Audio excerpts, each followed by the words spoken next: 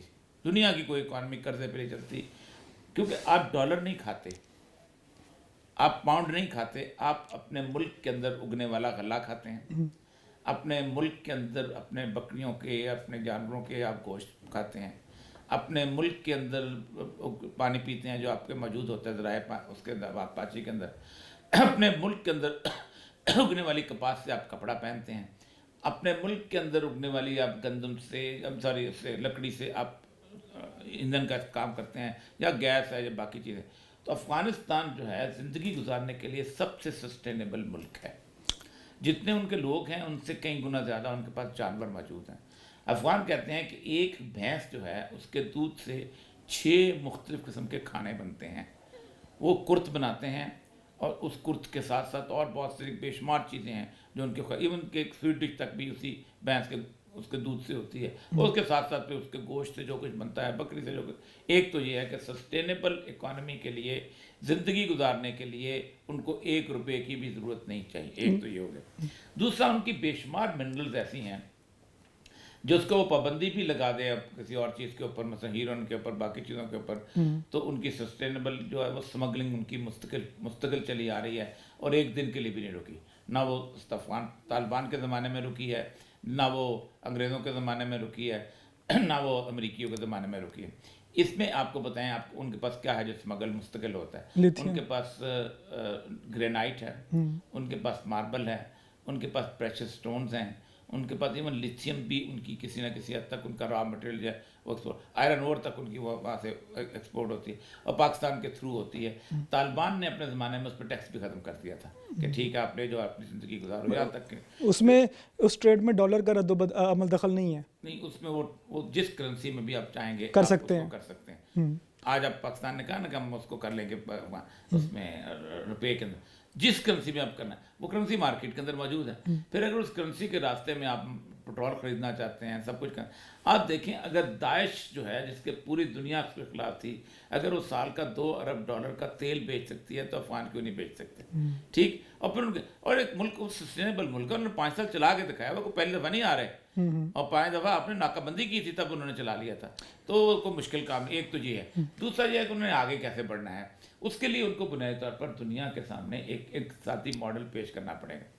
اور میرا خیال ہے، میں نے طالبان سے جو بھی آخری ملاقات ہوئی تھی ان کی کچھ قیادت سے، تو میں نے یہی کہا تھا کہ آپ اس بات کو چھوڑ دیں کہ اپنے ملک کیسے چلانا ہے. آپ پہ اللہ نے ایک ذمہ داری دی ہے کہ آپ دنیا کے سامنے 2 اقتصادی ماڈل ہیں. ایک فیل ہو گیا ہے، ایک چل رہا ہے. ایک چاہے وہ رشیا کا ماڈل تھا یا چائنا کا ماڈل تھا، چائنا کا بھی کسی حد تک فیل ہو گیا ہے.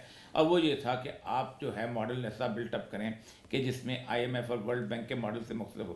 ایڈم اسمتھ کا ماڈل ہے اور ایک ہے کارل مارکس کا. جو کارل مارکس کا ماڈل ہے اس میں سود نہیں ہے، یعنی رشیا کے ماڈل میں سود نہیں ہے. وہ اپنے اگر عالمی تجارت کرتے تھے تو وہ بازار سے ڈالر خریدتے تھے یا سونا خرید کے اپنے اس کو دیا کرتے تھے. آپ کے ذمے ایک بہت بڑا کام اللہ نے اب لگا دیا ہے کہ آپ ایک اسلامی اقتصادی ماڈل دنیا کے سامنے پیش کریں. اور آپ جس طرح رشیا کی اکانومی کے ساتھ دنیا منسلک ہوتی چلی گئی تھی، چیکوسلاواکیا منسلک ہو گیا تھا، یوگوسلاویا ہو گیا تھا، اس کے بعد وہ کیوبا ہو گیا تھا، یہ کتنے ملک تھے جو ان کے ساتھ ہوتے ہیں. آپ کی اکانومی کے ساتھ بھی لوگ منسلک ہونا شروع ہو جائیں گے. کم از کم اسلامک امہ جو ہے اس کو تو منسلک ہو جائے گی. نہ منسلک ہوئے آپ اللہ کے یہاں بھری اس سے ماں. مطلب کہ طالبان کے پاس کوئی ایسا نظام ہے کہ وہ اس مانیٹری ٹریپ سے، IMF سے اور یہ ورلڈ بینک سے نکل کر کوئی اپنا سسٹم بنا سکتے ہیں؟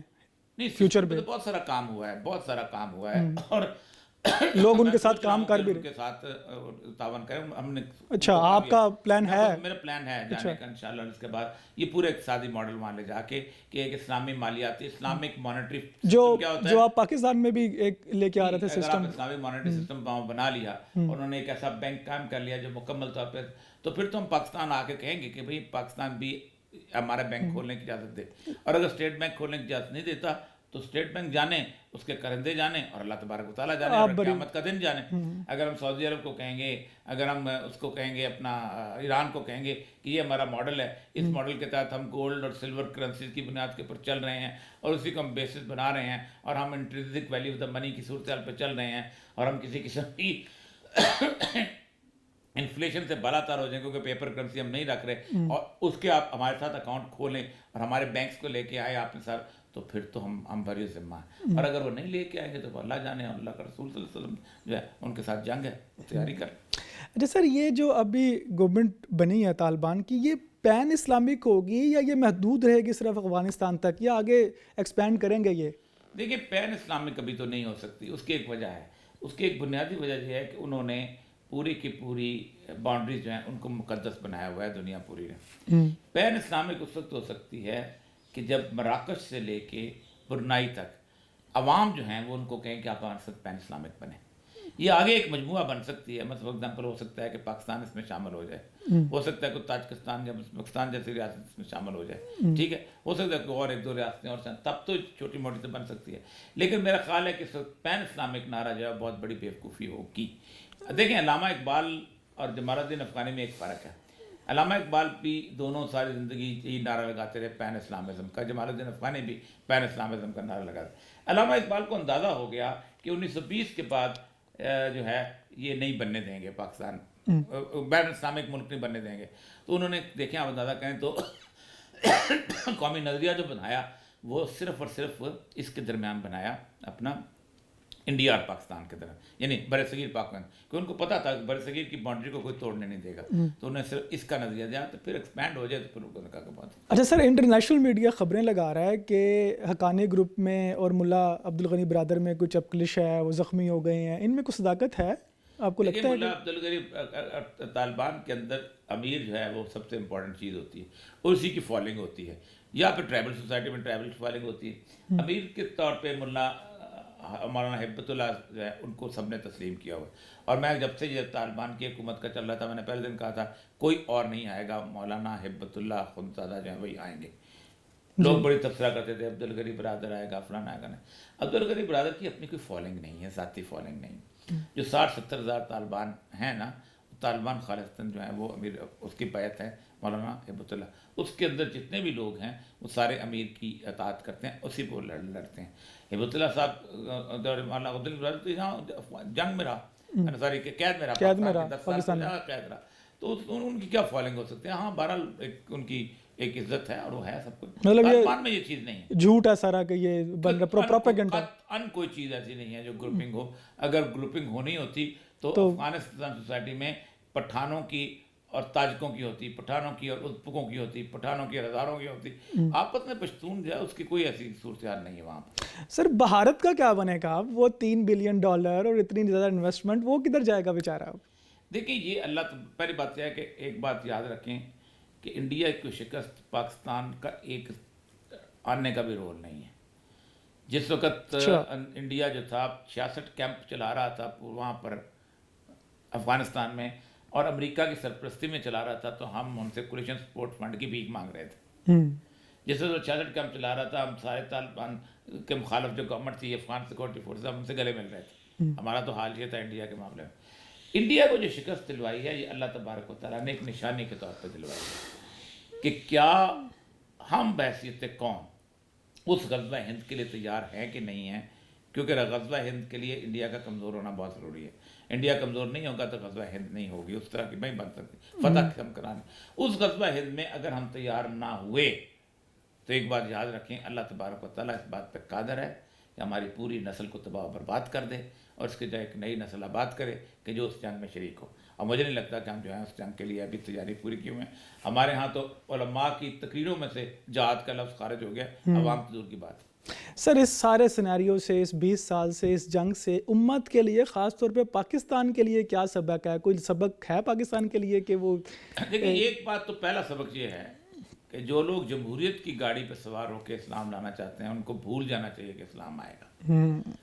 مرسی نے لانے کی کوشش کی، تباہ برباد ہو گیا۔ اس کے بعد غزہ میں انہوں نے حکمرانی لینے کی کوشش کی، ٹھیک ہے، ختم، ان کو نہیں آنے دیا گیا، حماس نے نہیں آنے دیا۔ الجیریا میں اسلامک سالویشن فرنٹ ہوا، نہیں آنے دیا گیا۔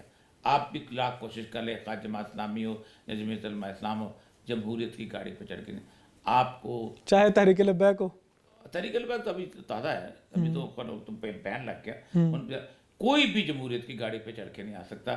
یہاں پر جب بھی انقلاب آئے گا وہ اللہ کے رسول صلی اللہ علیہ وسلم کی منہج سے آئے گا، اللہ کے رسول صلی اللہ علیہ وسلم کی منہج ہے وہ جہاد ہے، اسی سے آئے گا، کوئی اور راستہ نہیں ہے۔ ورنہ آپ خاموشی سے بیٹھ رہے ہیں جیسے ہے زندگی گزارتے رہیں۔ اور دوسری بات یہ ہے کہ ایک بات یہ بھی ختم ہو گئی کہ وسائل جو ہیں وہ قوت اختیار کرتے ہیں۔ وہ جو آپ کا ایک لفظ ہے ٹیکنالوجی کا بت، ہر لفظ وہ ٹوٹ گیا۔ دل سے کہا تھا کہ ٹیکنالوجی ہارے گی، اور کوئی نہیں مانتا تھا۔ میں نے کہا تھا ٹیکنالوجی کے سامنے سجدہ ریز ہوتے ہیں، آج بھی یہ ٹیکنالوجی کے سامنے سجدہ ریزی کر رہے ہیں۔ یہ تو ابھی تک 1.5 سال پہلے تک وہ کہتے تھے کہ امریکہ کے انٹرسٹ ہیں، امریکہ کبھی نہیں چھوڑے گا، امریکہ وہاں سے کیسے جائے گا۔ دیکھیں جس طرح کعبے میں بت کرائے گئے تھے نا، ویسے کابل کے ایئرپورٹ پر بت کرائے گئے ہیں، سبحان اللہ، ویسے ہی توڑا ہے انہوں نے۔ سبحان اللہ۔ ویسے وہ کہتے ہیں نا کہ لات اور عقل کو ٹھٹے مار کے کہتے تم نے ہمارا کچھ نہیں کیا، ویسے انہوں نے اپنے ہیلی کاپٹر کو کہا تم نے کچھ نہیں کیا، ویسے انہوں نے جنگی جہازوں کا تم نے کچھ نہیں کیا، چھوڑ کے بھاگ۔ ایگزیکٹلی وہی سین تھا جیسے خانہ کعبہ سے پت گئے اور مشرقین کھڑے ہوئے کہتے ہیں کہ بتوں نے ہمارا ساتھ نہیں دیا، امریکی نکلتے ہوئے کہہ رہے تھے کہ اس ٹیکنالوجی ہمارا ساتھ نہیں دیا، ویسی کیفیت ہے۔ تو ایک بات تو یہ ہے کہ جو قرآن پاک کی وایت ہے کم من فئۃ قلیلۃ غلبت فئۃ کثیرۃ باذن اللہ، کہ ایک چھوٹی سی طاقت والے جو ہیں بڑے گروہ پہ غلبہ کے اللہ کے حکم سے۔ تو یہ ایک بات طے ہے کہ اگر آپ واقعی نیت کے ساتھ کھڑے ہوتے ہیں اور قربانی کا جذبہ اپنے اندر رکھتے ہیں تو پھر آپ دنیا کے ہر ملک میں غالب آ سکتے ہیں۔ پاکستان میں اثر آئے گا اس کا؟ دیکھیں پاکستان میں تو سب سے پہلا اثر ہی پاکستان میں آئے گا، اس کے، اور پاکستان کو تیار رہنا چاہیے۔ میں ایک بہت اہم بات یہاں کرنا چاہتا ہوں کہ پاکستان کے اندر اسامہ بن لادن ایک بہانہ تھا وہاں پر، اور پوری دنیا اس پہ چڑھ دوڑی تھی۔ یعنی 9/11 ایسی چیز ہے جس پر دنیا متفق نہیں ہے، ایسے ہی ہے۔ پوری دنیا میں کم از کم ہزاروں ایسے مضمون لکھے جا چکے ہیں جو جھوٹ جیسے ہمارے کہتے ہیں کہ یہ جھوٹ ہے، جی، لیکن ایک بات پر متفق تھی کہ اسامہ بن لادن کو پکڑنے کے لیے ہم نے حملہ کرنا ہے افغانستان پہ۔ اقوام متحدہ نے کہا وہ تو ایک ہمارے بارے میں تو ایک پکا ایٹمی پروگرام موجود ہے، اور جس دن انہوں نے ہمارے ہاں کو موومنٹ شروع ہوئی اور برطانیہ نے، امریکہ نے، ان لوگوں نے فیصلہ کر دیا کہ پاکستان پہ ہم نے حملہ آور ہونا ہے، کر سکتے ہیں ویسے ہم 1 گھنٹہ وہ کر بھی سکتے ہیں۔ وہ کہیں کہ جی یہاں تو فنڈامنٹلسٹ کے ہاتھ میں ایٹمی پروگرام جا رہا ہے، بچاؤ اس پروگرام کو ورنہ دنیا مر جائے گی۔ آپ 1 گھنٹہ نہیں سنبھال سکتے۔ فوج کے مقابلے میں فوج جو ہوتی ہے وہ ایک عالمی جنگ کی طرف لے چلتی ہے، اور اگر عالمی جنگ شروع ہو گئی کیونکہ چین کا مفاد آئے گا اس کے اندر، تو وہ انڈو پیسفک جو صورتحال بنی ہے تو اس میں عالمی جنگ کے اندر میدان جنگ پاکستان ہوگا، تو اس میدان جنگ کی آپ حشر دیکھ لیں کیا ہوگا۔ تو غزوہ ہند کا یہیں سے پھر آغاز اسی میں ہی؟ کچھ پتہ نہیں ہوتا غزوہ ہند کے بارے میں، تو خیر اس وقت تیسا کی وہاں آمد وہ بھی ہے، لیکن یہ ہمارا میدان جنگ ہند کا ہے، دوسروں کا میدان، کیونکہ غزوہ ہند جو آخری ہے اس کے بارے میں کہا گیا کہ بیت المقدس سے ایک امیر جو ہے وہ لشکر بھیجے گا یہاں کے لیے۔ اس کا مطلب اس سے پہلے وہاں پر بیت المقدس میں مسلمانوں کی حکومت قائم ہونا بہت ضروری ہے۔ یہ اشارہ وہ ملحمۃ الکبریٰ اور جو آرمگڈون اس کی طرف، اس کی طرف، لیکن اس کا آغاز جو ہے رسول اللہ نے بتایا شام سے شروع ہوگا، شام سے۔ ابھی وہ سارے چلے گئے شام کی طرف، دیکھیں نا پوری توجہ شام کی طرف ہے، افغانستان سے نکل کے شام چلے گئے۔ Sir thank you very much, شکریہ۔